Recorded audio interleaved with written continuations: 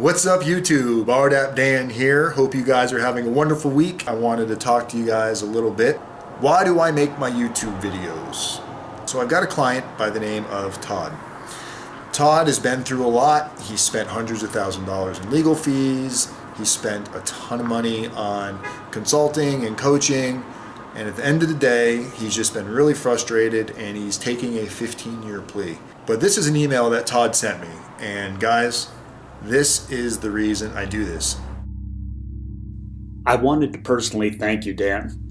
This last week I was arraigned for my crime and had my first interview with pretrial services.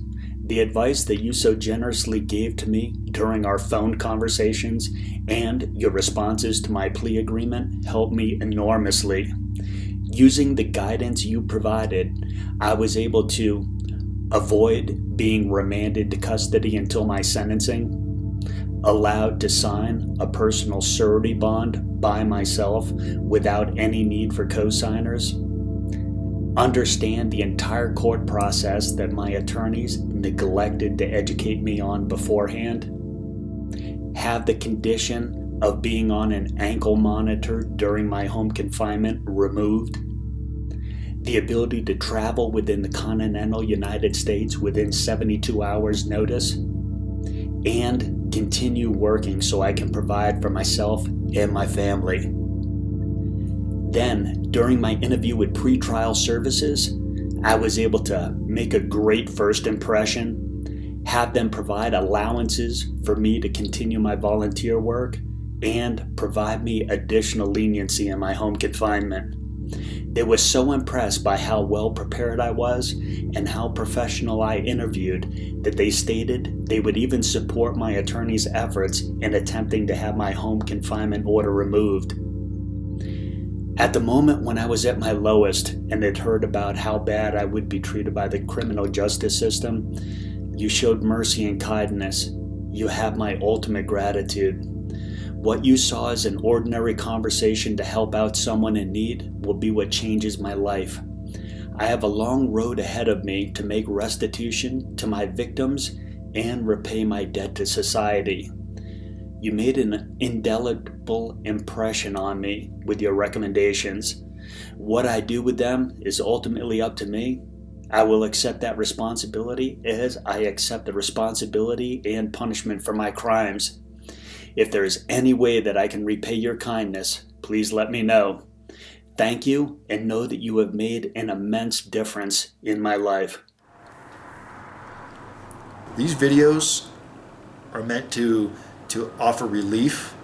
It's meant to offer some guidance. It's meant to offer to give you some information on what questions you should be asking your prison consultant or what questions you should be asking an attorney before you hire him. It's not meant to be legal advice. It's not meant to get you out of prison. It's meant to give you some tools, but more importantly, how to utilize them. I know that my thinking needed to be challenged and needed to be corrected. I had to learn it the hard way. These are things that I could have avoided if I'd listened to my loved ones. And there are so many signs, guys, and I'm sure a lot of you relate to this. There were so many signs, so much writing on the wall, and we chose to avoid it. I'm not going to make this video too long, but I do want to talk about one more thing. So, the Spokane Dream Center, it's the Christian church that I go to. Sunday, I went to church, and the pastor and his wife, they alternate talking. And the message this past Sunday, it hit home. And hopefully some of you might be able to relate to this. The message and the topic was fearing God, and how that has got such a bad connotation to it based on, you'll hear people say, what kind of God wants you to fear him? Even I used to say that sometimes. And I think that maybe it was taken out of context because the way she broke it down Sunday was like, wow, I feel like she was talking to me. She used her father as kind of an analogy of to explain it. She has such respect for her father. Her father has always been the person that she's gone to whenever she had problems in life growing up as a child, whether she needed help with homework, if she fell and scraped her knee, if she was having boy problems, no matter what it was, she went to daddy. And from the sounds of it, she had a great father, great upbringing. At the same time, she had such fear for her father because she knew what the consequences would be if she didn't act a certain way that was expected of her. Her father wanted her to act the way that he raised her. And maybe that's what this whole fear in God is all about, guys, is if we don't have fear, we make decisions, we make choices based on not fearing anything, thinking we're above the law, thinking we can't be touched, we can talk our way out of it, and look where that's got us. Got me in prison, got you watching my video right now. So our stinking thinking needs to be worked on, and I've got some great tools for that. It's some great common sense stuff that anybody can use.